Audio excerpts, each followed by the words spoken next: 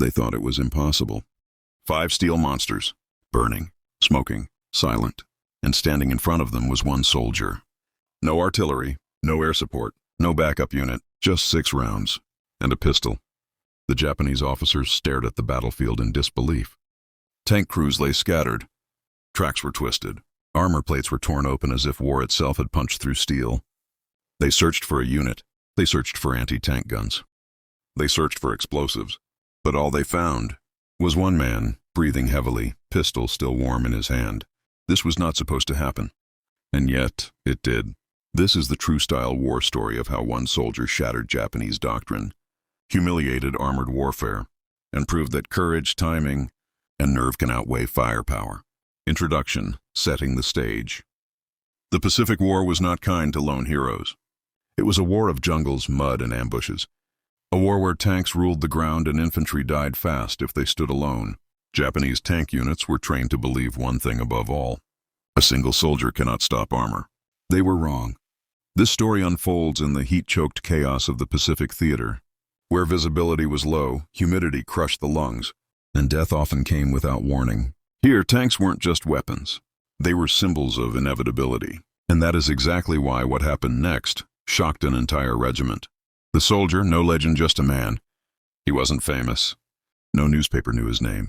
No medal ceremony waited for him. He was just an infantryman, trained, disciplined, exhausted. A soldier who had already seen friends torn apart by machine gun fire. A soldier who had learned one brutal truth of jungle war: you don't fight fair. You fight smart. His unit had been pushed back for days. Supplies were thin. Ammunition was counted carefully. Every round mattered. And then came the report. Japanese tanks advancing. The tanks, 5 moving fortresses. They came slow. That was the terrifying part. Japanese tanks didn't rush. They rolled forward deliberately, crushing vegetation, flattening cover, forcing infantry to run or die. Each tank carried machine guns capable of cutting men in half. Each tank meant panic for foot soldiers with rifles. Anti-tank weapons were scarce. Air support was impossible. Retreat meant being hunted down. And then something went wrong. The jungle closed in. The tanks advanced, but visibility dropped. And that's when one soldier made a decision that would change everything. The decision: he didn't run. He didn't wait for orders.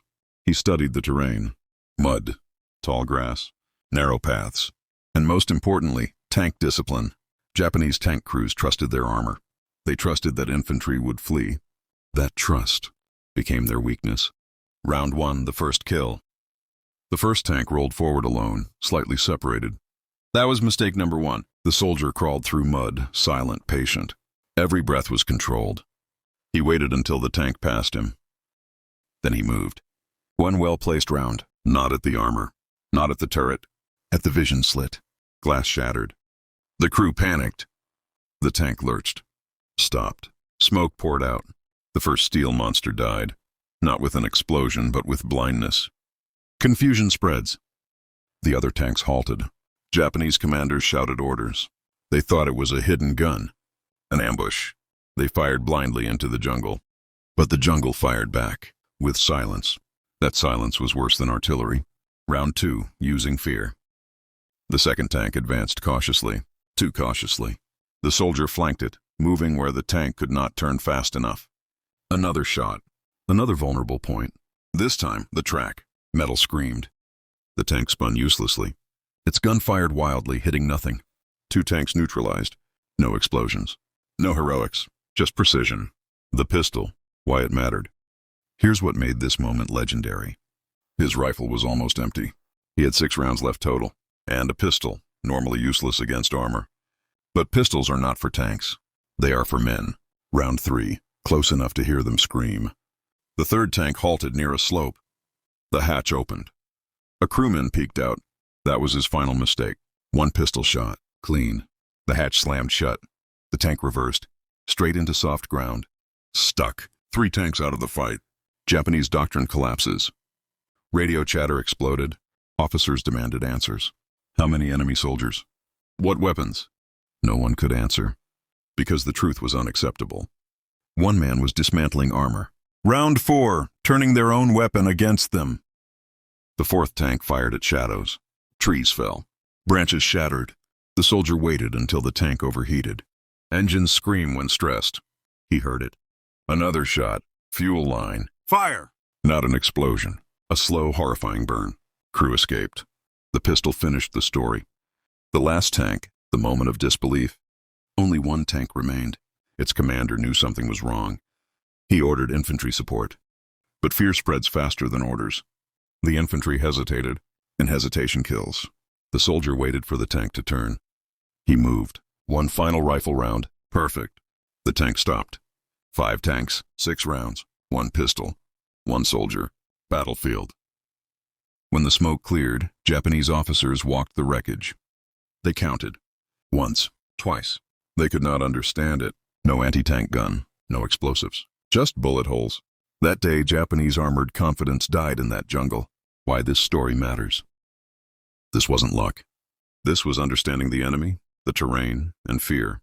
It proved something terrifying. Tanks are powerful, but belief makes them vulnerable. Ending line, Part 1 cliffhanger. History remembers generals. It remembers machines. But sometimes, war is decided by one soldier, one moment, and the courage to step forward when everyone else steps back. And the most terrifying weapon on the battlefield is not steel. It is a man who refuses to believe he is beaten. When the smoke finally faded, the battlefield looked ordinary again. Broken trees, burned metal, silent ground. But what had happened there was anything but ordinary.